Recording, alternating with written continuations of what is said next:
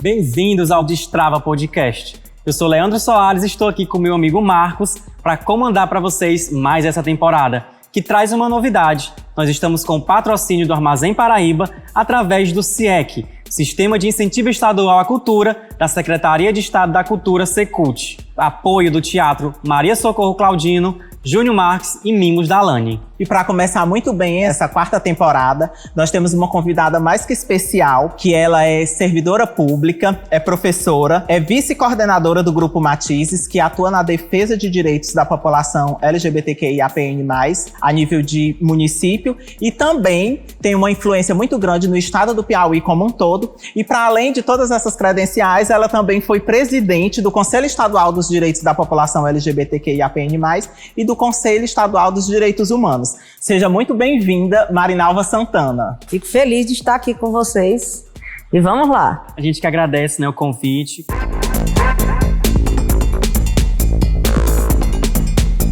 E já para a gente iniciar, a gente gostaria que você falasse um pouquinho sobre a sua trajetória de vida, como você ingressou nos movimentos sociais, principalmente no movimento LGBT. Sou Marinalva Santana, mulher negra de pele clara, tenho 53 anos, natural de São Raimundo Nonato, no Piauí, terra do homem americano. E estou aqui em Teresina desde 1983, E quando comecei minha luta no movimento estudantil, e depois ingressei no movimento LGBT somente no início do ano 2001, quando nós começamos as discussões para fundar o Matizes, que foi fundado no dia 18 de maio de 2002, e estamos aí na atuação até hoje. O Matizes foi fundado por um grupo de pessoas, eram professores universitários, como o professor Solimar Oliveira, o professor Francisco Júnior, o professor Herbert, nós tínhamos bancários, o Roger Marinho, tínhamos sindicalistas, como a Maria Aires, e aí tínhamos estudantes. No dia 18 de maio, como eu falei, de 2002, a gente fez a Assembleia de Fundação. Então, o Matizes é hoje a organização da sociedade civil em atuação, mais longeva no estado do Piauí.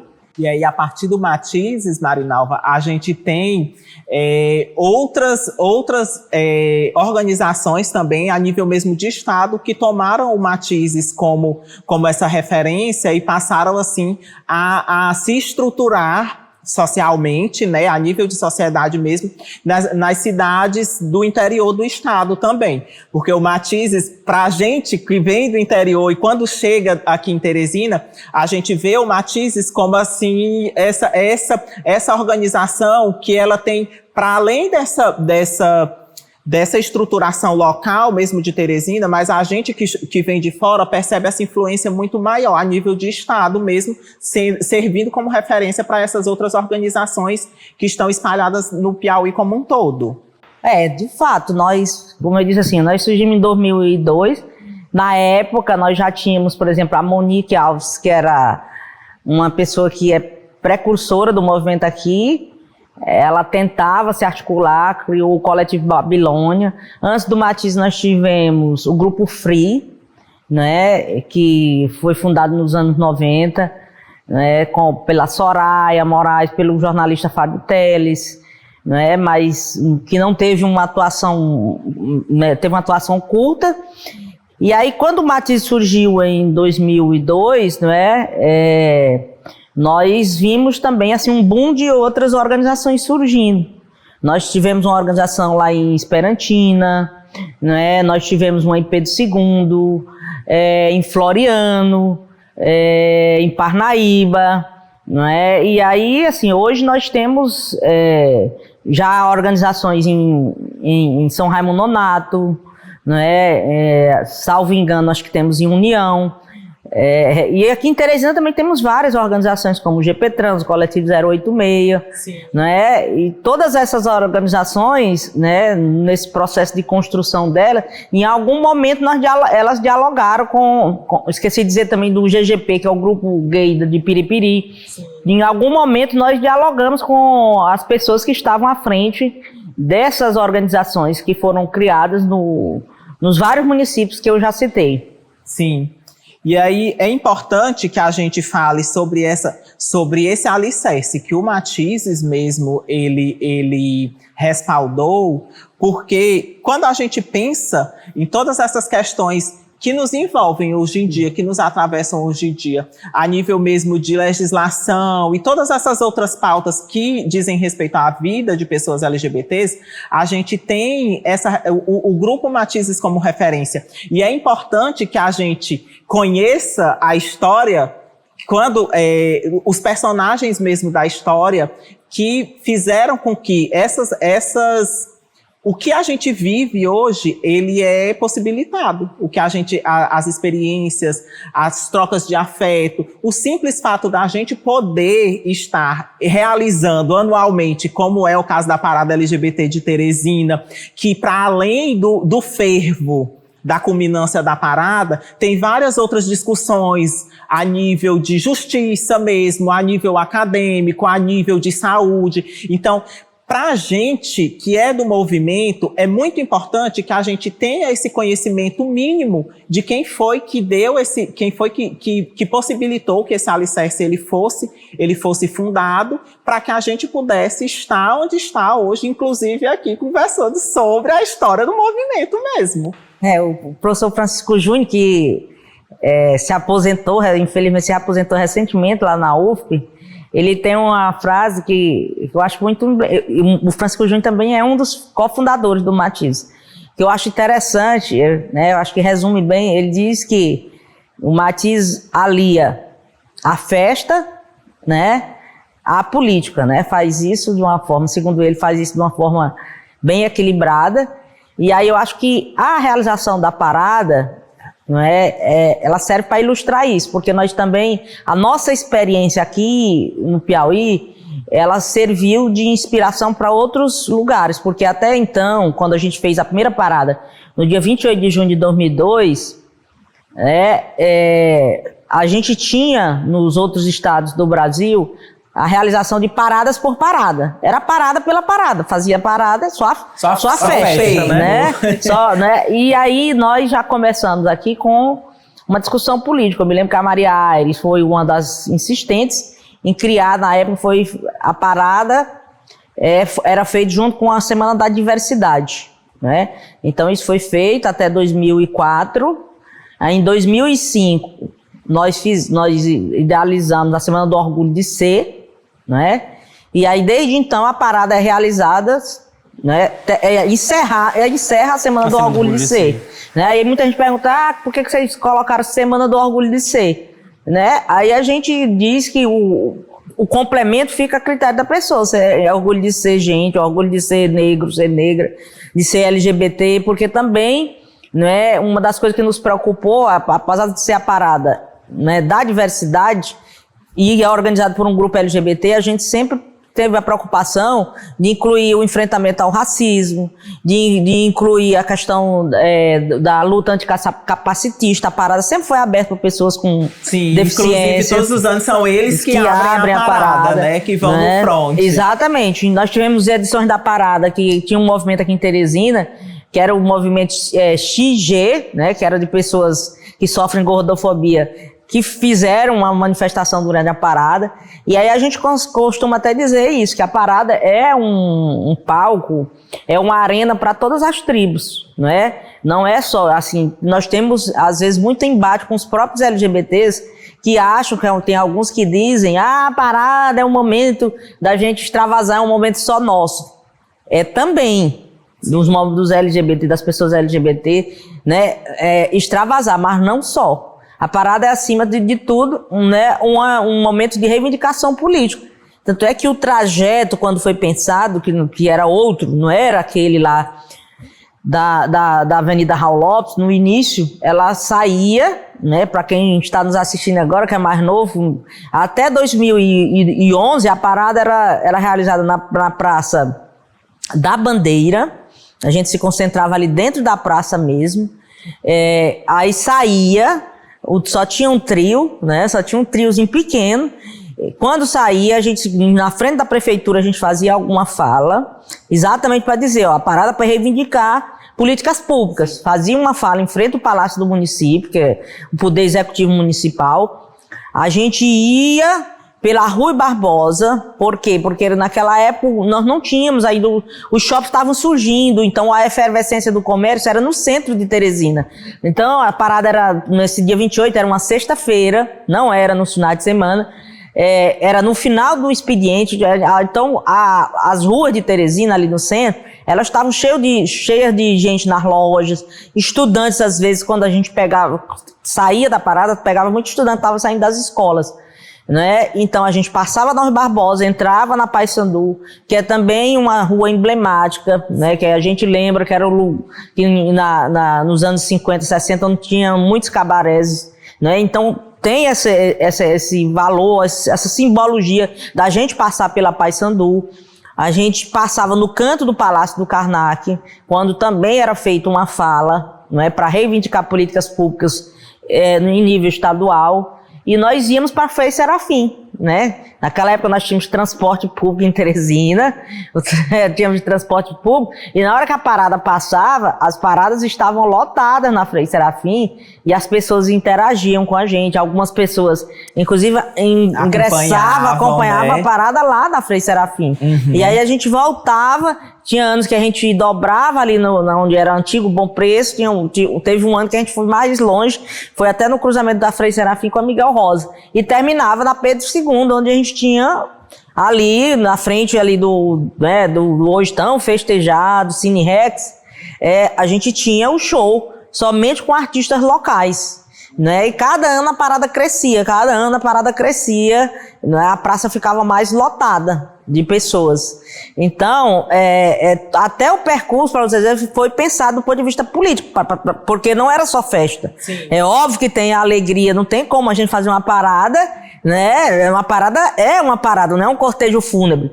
Então, tem alegria. A gente extravasava em alegria, mas a questão política, ela vamos dizer assim, ela é fundamental para nós que organizamos a parada desde o início. Ela é uma parte do processo de criação da parada também, né? E aí, eu queria também, Marinalva, que você falasse um pouco, então, pra gente, como foi que você percebeu, se identificando com essas lutas e com essas causas da comunidade LGBTQIAPN+, e aí, a partir desse percebimento, de se sentir, de sentir esse desejo de estar à frente de um movimento social, de estar em busca da luta mesmo pelos direitos das pessoas LGBTQIAPN+, como foi que você se identificou com essa causa e quais foram as pessoas e também os eventos que te inspiraram a participar do movimento, da luta do movimento? Como eu disse no início, antes de participar do movimento LGBT, eu tenho história no movimento estudantil, também no movimento sindical, porque eu sou servidora do judiciário, sou professora, já fui professora do IFP, né? Antes de ser do Matiz, eu já era delegada sindical, né? No Sindicato de Servidores Públicos Federais, no Sindicato de Servidores do Judiciário. E o Matiz, como eu disse, a gente começou a discutir antes de 2002, quando ele foi fundado. Aí nós tínhamos um grupo de amigos que se reuniam para conversar, para tomar cerveja, para se confraternizar. Para discutir política. Para discutir política. Né? Na época não tínhamos atuando assim, né, de forma orgânica, nenhuma organização aqui em Teresina. Aí disse a Monique, ela tentava se organizar com o coletivo Babilônia, né, mas ela não conseguia assim avançar, porque não formalizou a entidade, ela era um pouco solitária nessa luta. Inclusive ela se juntou a nós, a Monique estava na fundação do Matiz, ela é uma das cofundadoras do Matiz, e depois que ela participou do Matiz, ela tinha uma diretriz de fundar, o movimento de trans tinha uma diretriz nacional de fundar organizações específicas de trans. A Monique foi para fundar, né, a TRAP, nós inclusive demos todo o apoio, todo o suporte para ela fundar a TRAP, mas a nossa fundação do Matiz foi uma discussão foi um parto bem demorado, a gente passou bastante tempo discutindo, foi mais de um ano discutindo, inclusive o nome, tudo era coisa, o próprio nome Matiz foi marcado uma assembleia, uma reunião para decidir qual era o nome, para a questão do estatuto, né, para discutir a questão da diretoria, né, tudo isso foi um processo bastante, né, mastigado, bastante pensado, né, pensado, né, e aí culminou com essa fundação no dia 18 de maio e um pouco mais de um mês depois eu já fazia a primeira edição tímida da Parada da Diversidade, né? Mas foi feito. Então o surgimento do Matiz já começou isso. Como diz no popular, já começou com força, né? Sim. Porque fundou e um mês depois já foi feita a primeira edição da Parada. Uhum. E eu fiquei curioso, Também, e acho que as pessoas também, né, que estão nos acompanhando, por que do nome Matizes? Qual o significado do nome Matizes? O porquê da escolha, né, do nome Matizes. Como eu disse, para escolher o nome foi feita uma reunião. Então, por exemplo, esse nome Matizes foi até uma sugestão minha, né? Matiz quer dizer, se a gente for consultar no dicionário, é sinônimo de arco-íris, né? Lá o dicionário vai dizer assim, conjunção de cores que tem um único tom, né, que se conflui para formar um único tom, né, e aí eu me lembro que na época tinha outra sugestão da Maria Aires, né, que também foi muito importante nesse processo. Ela defendeu o nome do grupo fosse Livro, que na verdade não era uma sigla, né, Livro era as iniciais, parece, de liberdade, independência, vida, resistência, e o O eu não me lembro se era de organização, né? Mas aí teve uma discussão sobre os nomes, foram esses dois nomes que eu me lembro que surgiram, e o nome Matiz é um nome bem forte, né? Porque já é um nome pluralizado, sim, né? E que tem essa simbologia de ser sinônimo de arco-íris, de nuances, né? Na época nós tínhamos, lá em Porto Alegre ainda temos um grupo chamado Nuances, que também nos inspirava muito, né? Nos inspirava muito.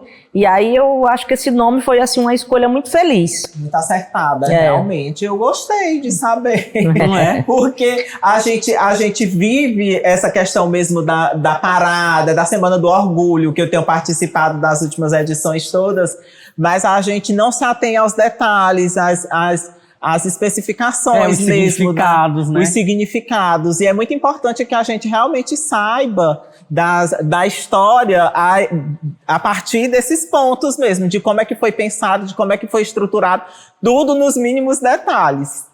E além da Parada da Diversidade, quais outros eventos você destaca de ações que o Matiz vem desenvolvendo no estado do Piauí? A primeira é a Semana do Orgulho de Ser, né? Que a gente gosta sempre de pontuar de que a parada é uma das ações da Semana do Orgulho de Ser. Né? Como eu disse, a Semana do Orgulho de Ser, nós pensamos, ela foi realizada a primeira vez em 2005, exatamente porque antes a gente realizava em parceria com a Selos, que era um órgão criado pelo primeiro governo no Wellington Dias, né? Quando o PT assumiu pela primeira vez o governo do estado, e aí tinha a Selos, né? Coordenação de Livre Orientação Sexual. E a Selos pensou essa Semana da Diversidade. Foram feitos 2 anos no Centro de Convenções de Teresina, que ainda existia, né? Esse Centro de Convenções agora era o antigo, mas era assim, um espaço, vamos dizer, muito bom, que o Centro de Convenções, a gente sabe que na época comportava 800 pessoas. E o que é que acontecia? Na hora lá, a gente tinha poucas pessoas, era 40, 30 pessoas. E aí nós começamos a dialogar assim, olha, a gente tem que ir onde as pessoas estão, não é porque elas não estão vindo aqui, são poucas pessoas que estão, a gente faz um esforço tremendo, coloca toda a estrutura, eu me lembro que a gente na época a gente trouxe um palestrante de fora, que era um juiz federal chamado Roger Halp Rios, para uma palestra na hora esvaziada, então ficava muito ruim para nós também, que era frustrante para nós que Sim. organizávamos, né? Aí nós dissemos, nós vamos ter que fazer um evento que ele vá onde as pessoas estão. Aí foi quando pensamos na Semana do Orgulho de Ser, né, que exatamente, além de ser um evento que ele acontece de forma descentralizada, Tem gente até que não entende, mas eu gostaria tanto, mas esse formato descentralizado, uma hora é na UFP, outra hora na UESP, outra hora no IFP, né? Isso aí dificulta outra a participação. Hora é no terreiro, né? Até na Assembleia Legislativa tem ação também. Na Assembleia nós temos eventos esportivos, nos teatros nós temos, não é? Então, você lembrou bem, teve um ano que nós fizemos uma sessão solene para entrega de título de cidadania para vários LGBTs que estão radicados, que contribuem para o engrandecimento do Piauí, e essa atividade integrou a programação da Semana do Orgulho de Ser, né? E aí o Júnior ganhou. Foi. Junto com o Júnior. Francisco Júnior e o Júnior Marques, né? A poetisa Luísa Catanhede também, na época, foi homenageada.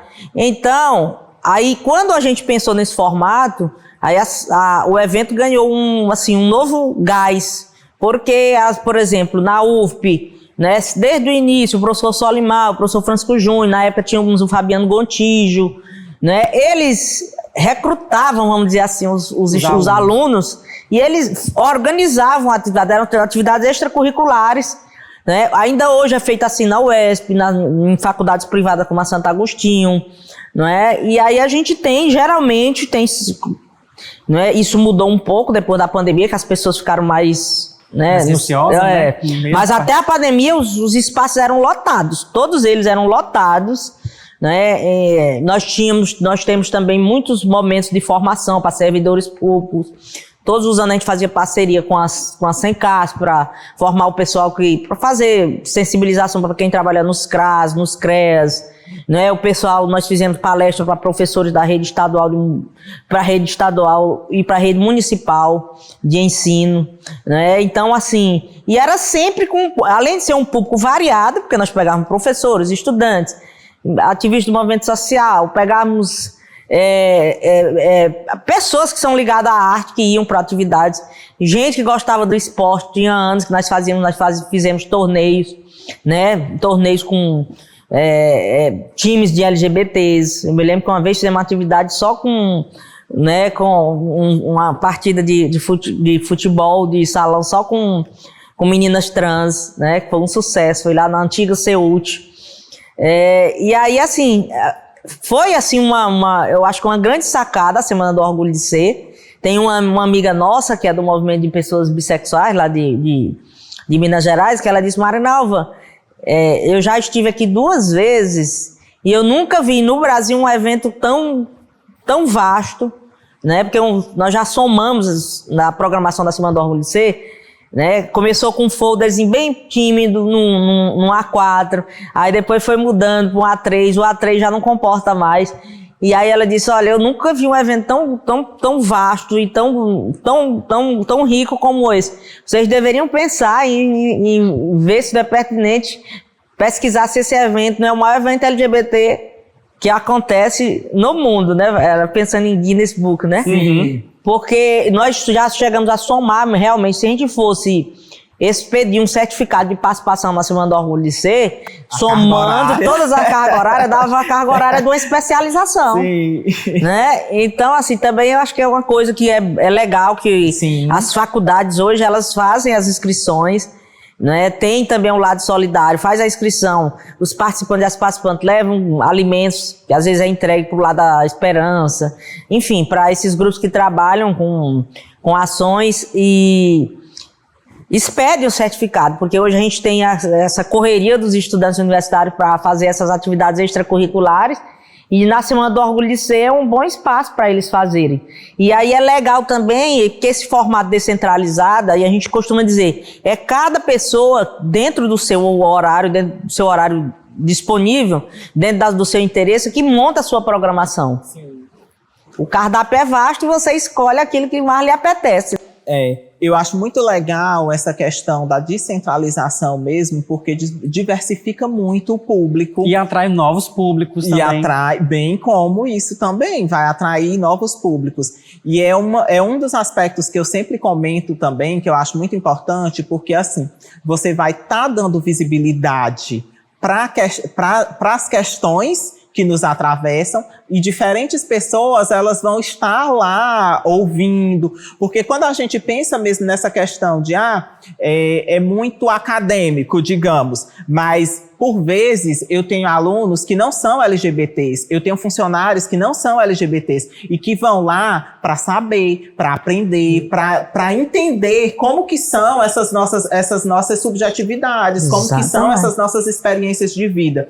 E aí, para além disso, no próprio judiciário, porque o Matizes tem essa parceria muito forte com o judiciário, né, com o Ministério Público, então formar mesmo pessoas que entendam essas nossas dinâmicas de vida e que passem a partir disso a respeitar.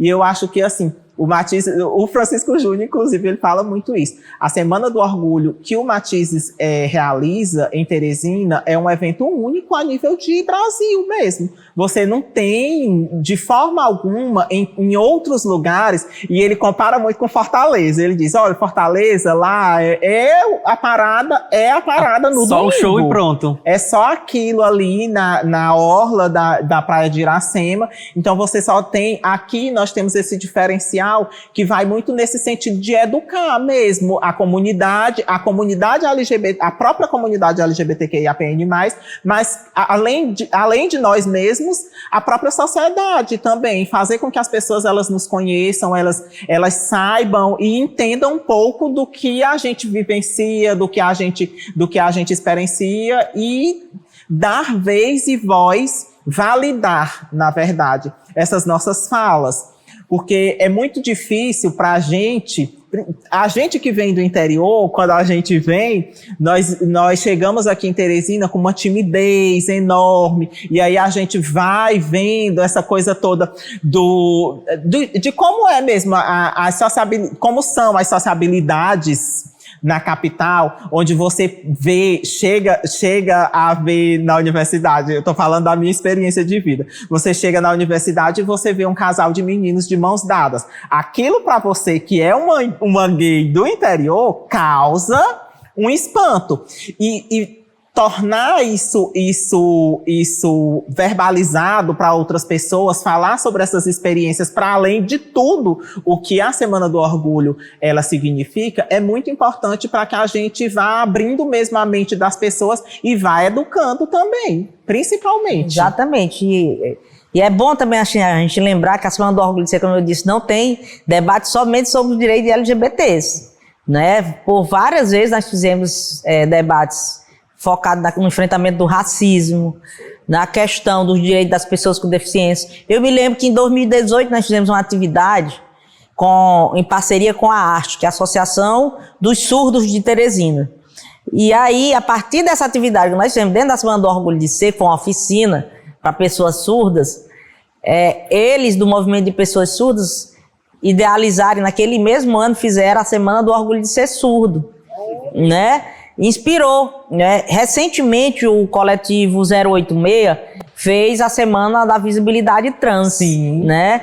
E aí eu fiquei muito feliz que o Grax, né, que é um dos cofundadores do coletivo 086, diz que eles se inspiraram muito na Semana do Orgulho de Ser. O Grax foi muito parceiro nosso em várias edições da Semana do Orgulho de Ser. E aí agora eles fizeram a Semana da Visibilidade Trans, ele dizendo que foi muito. E aí a gente vê também essa tendência da descentralização. Por exemplo, né, nós tivemos agora o Lusófono, né, o Festival Lusófono, que é também um dos eventos mais importantes e mais longevos que tem no estado.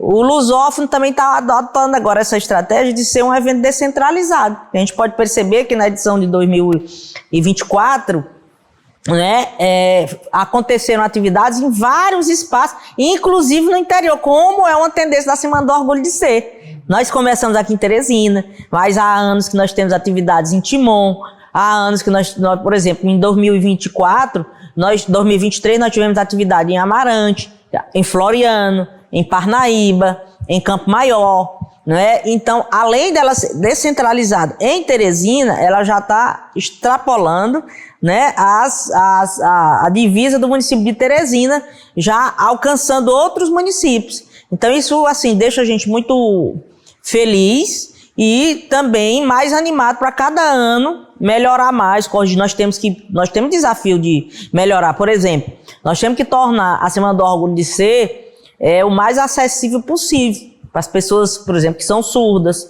para as pessoas que são cegas. Então temos que tornar ela mais acessível possível. Essa é uma preocupação nossa, nós ainda não conseguimos. Nós já temos intérprete de Libras, por exemplo, em alguns eventos, mas ainda não, a gente reconhece que é uma dos desafios que nós temos que corrigir, temos que alcançar uma Semana do Orgulho de Ser a mais acessível possível. No início você falou que a parada fazia essas reivindicações municipais e estaduais. Como tem sido hoje? Como o Matizes tem conversado com o governo, com o município? Tem aberto portas, município, governo ou não? Olha, a gente infelizmente está num momento em que a gente vê precarizadas as políticas, tanto em nível de estado como em nível de município. Nós estamos sempre batendo as portas, né? Nós temos agora uma nova gestão eleita para a prefeitura, para a prefeitura de Teresina. Nós já estamos nos programando para durante esse primeiro semestre de 2025 e dialogar com secretários e também com o prefeito. Vamos tentar para apresentar sugestões, né? Porque nós calculamos que nós somos mais de 80 mil teresinenses.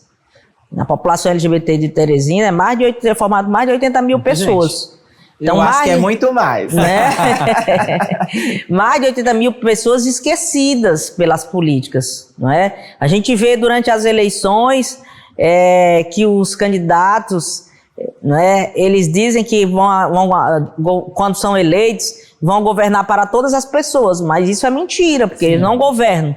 Não governam para as pessoas LGBT. A gente já observa no plano de governo do candidato. Que não fala. E também, como eles são reféns hoje desse ódio fundamentalista religioso que sempre pauta para brecar qualquer menção ao direito da população LGBT. E que, na verdade, é uma máscara, né?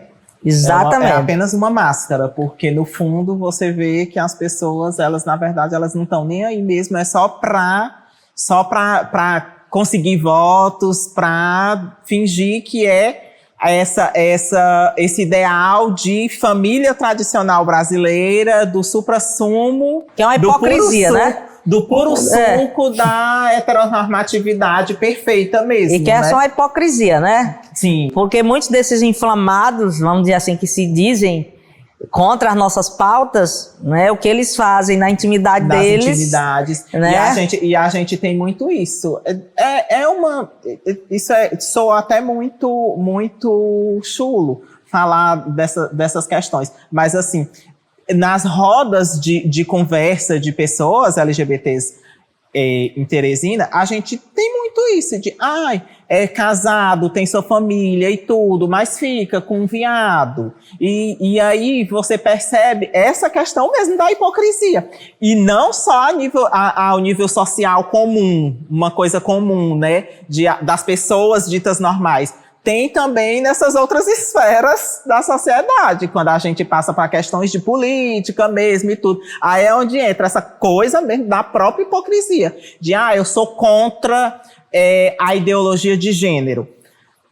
Aí eu vou me calar porque porque se a gente for entrar nessa seara, é muito complicado. Candidato que você sabe que é LGBT e dizer que é contra a ideologia de gênero, sabendo quais são as circunstâncias. Me dói muito falar sobre isso, então eu prefiro não comentar.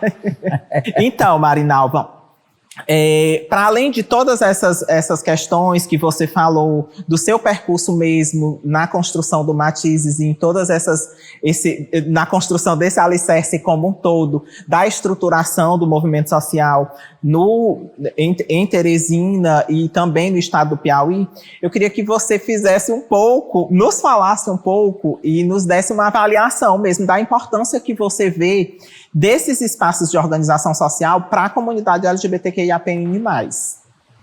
Eu penso que é fundamental, né? Há hoje assim, muito questionamento, há uma tentativa, inclusive, de demonizar as organizações da sociedade civil, não só do movimento LGBT, mas do movimento negro, pessoas que lutam pela moradia, né?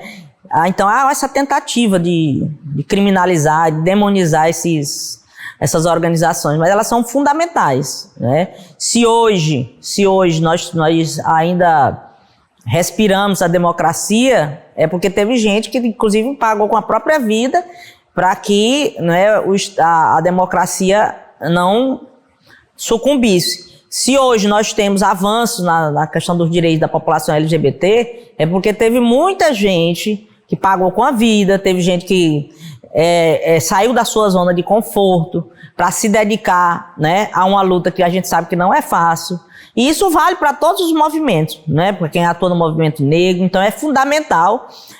A gente sabe que nos dias de hoje está cada vez mais difícil, né, está cada vez mais difícil a gente ampliar, né, conseguir agregar pessoas nessa luta pela igualdade de direito, contra a discriminação. Está cada vez mais difícil, porque acho que aí, né, os estudiosos têm que ver essa nova geração, ela tem uma outra forma, né, ela tem uma outra forma de ver, né, os espaços de luta, não se engajam em organizações assim formais como Matizes, como o Coletivo 086, né, mas o fato é que são fundamental. Tem uma amiga minha que diz assim: olha, Marinalva, esse pessoal às vezes fala, mas na hora que a coisa aperta, aí eles vão atrás dos grupos, né?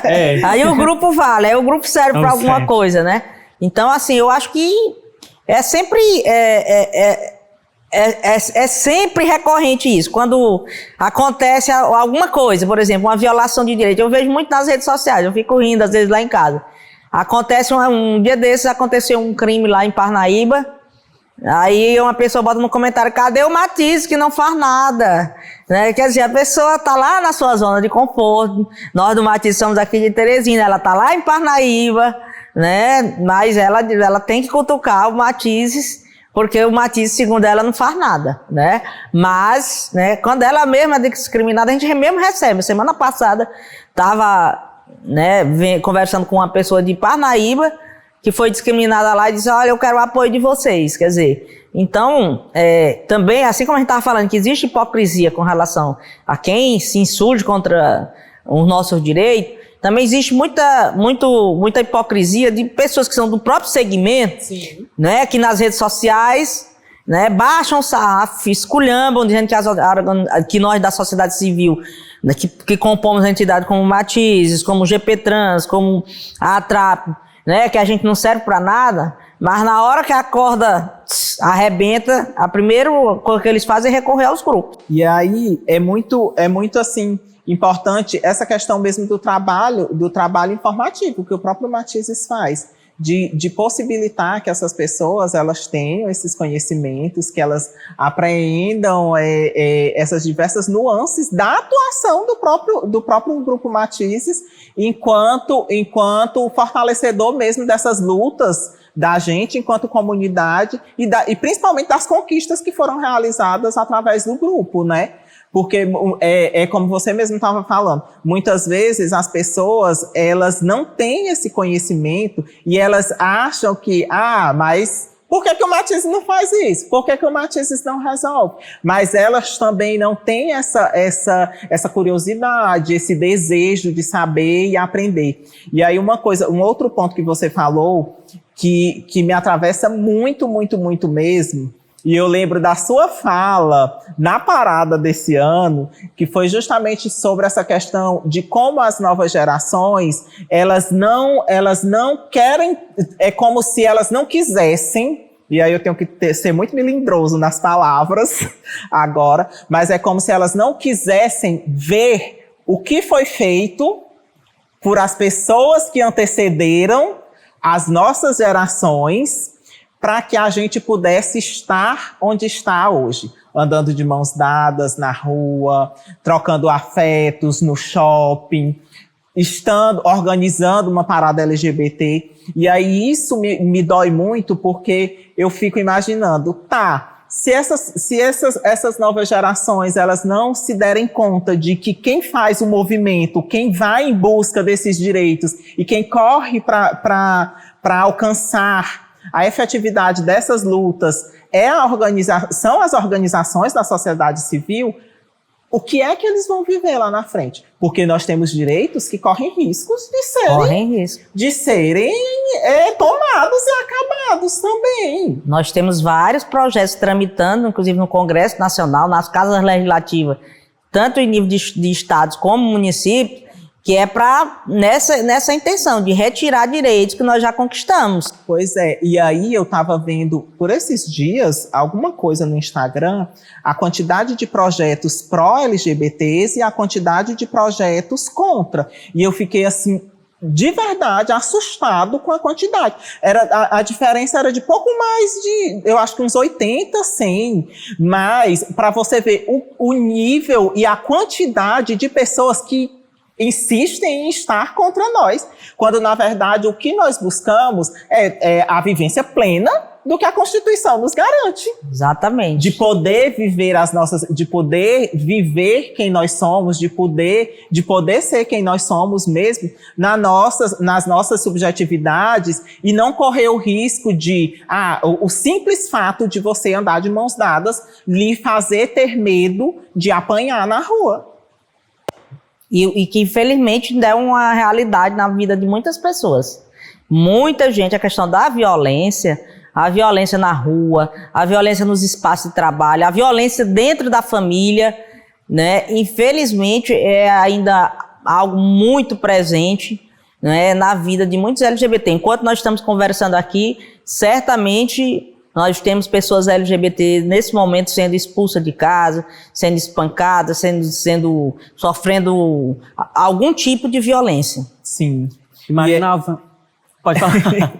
E essa questão da violência, ela assim, nos perpassa de diferentes formas, né? Não somente a violência física, que é uma realidade da comunidade LGBTQIAPN+, mas principalmente a violência psicológica, desde lá quando a gente é uma criança viada e vai crescendo e vai se desenvolvendo e criando artifícios para sobreviver com os traumas internos que nós temos. E, para além disso, quando vai crescendo, enfrentando essas outras questões que a sociedade mesmo impõe, do preconceito, das violências e do medo, que é uma constante nas nossas vidas. E pegando esse gancho, né, que o Marcos falou muito aí desses novos LGBTs que estão surgindo, que muitos não querem saber de quem esteve lá por trás, que fizeram todos esses direitos valerem a pena que a gente tem hoje, qual a mensagem que você deixaria para os novos LGBTs, para que as pessoas possam ser mais militantes e como fazer parte do Matizes? Olha, eu acho que essa questão de a pessoa se doar, da pessoa abraçar uma causa, né, é algo que, infelizmente, aqui no Brasil vai estar cada vez mais fora de moda, né? Eu espero que isso seja só uma fase, que isso passe, né? Então, o que eu gostaria de dizer para quem está nos ouvindo, que é adolescente, que é jovem, é que a gente está tendo muitos desafios pela frente. Então é preciso contar com o gás, com a energia de quem é jovem, né, para travar essa luta, para travar esse bom combate. E aí quem quiser participar do Matiz procurar a gente nas redes sociais, né, manifestar essa vontade, que a gente, quando for fazer as atividades, as reuniões, a gente tem lista de transmissão no WhatsApp, a gente tem as nossas redes sociais que a gente sempre divulga, e aí a pessoa, é só se chegar, como a gente diz, começar a participar das atividades, né, para se somar, inclusive a nós do Matiz, a maioria, já somos pessoas já bem, né, bem maduras, que alguns com 50, 60 anos, eu já tenho 53, né? Então é importante que nós tenhamos também novos quadros para dar mais gás para a nossa organização. Ô Marinalva, muito importante o nosso bate-papo. A gente está chegando ao final, gostaria muito de agradecer você por ter participado, contando com a sua participação. A gente fica muito feliz que você tenha topado estar aqui conosco. Eu que agradeço, é um prazer sempre estar travando esses diálogos. E você que nos acompanha, muitíssimo obrigado por nos seguir em mais essa temporada. Aguardem que vem muita coisa boa por aí. Nossos entrevistados estão, assim, maravilhosos. E vocês não perdem por esperar. Sigam a gente também nas nossas redes sociais, no @Destrava Podcast. E até a próxima semana com mais um episódio do Destrava. Tchau!